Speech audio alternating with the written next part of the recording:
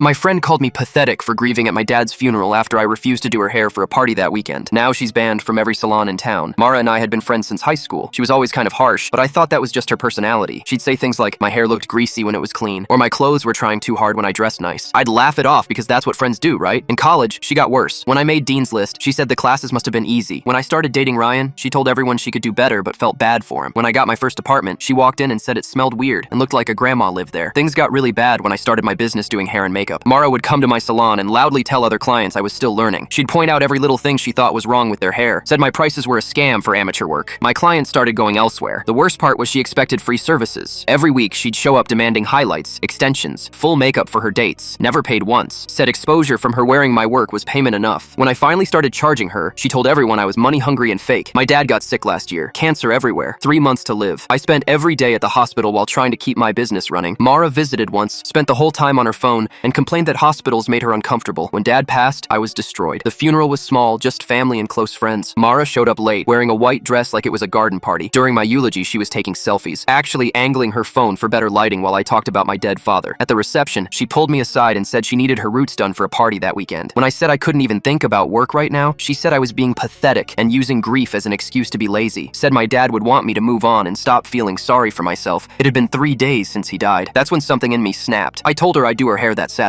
She showed up at my salon expecting the works. I gave her exactly what she deserved. Mixed her color wrong on purpose. Her blonde highlights turned green. Not a subtle green, bright swamp green, the kind that takes multiple sessions to fix. She didn't notice until she got home because I styled it to hide the worst parts. When she called screaming, I said she must have used the wrong shampoo. She went to another salon to fix it. They had to bleach it 3 times. Her hair turned to straw and started breaking off in chunks. She had to get it cut into a pixie cut when she'd had waist-length hair her whole life, but that wasn't enough for me. See, salon owners talk. We have a group chat for difficult clients. I told them everything. How she'd insulted my work while demanding free services, how she'd disrupted other clients, how she'd no-show dozens of appointments, how she'd taken pictures without permission and posted them with nasty comments. And then I told them what she did at my dad's funeral. Every salon owner in town blacklisted her. When she tried to book anywhere, they were suddenly full, forever full. She had to drive 2 hours to the next city for basic haircuts. Her boyfriend dumped her when her hair fell apart because apparently he'd only been attracted to her long blonde hair. She tried to apologize to me, but only because she wanted me to fix her hair and tell the other salons to take her back. Said we'd been friends too long to let one comment ruin everything. One comment, like she hadn't spent years tearing me down. 2 months later, she tried booking appointments under a fake name. Laura recognized her voice immediately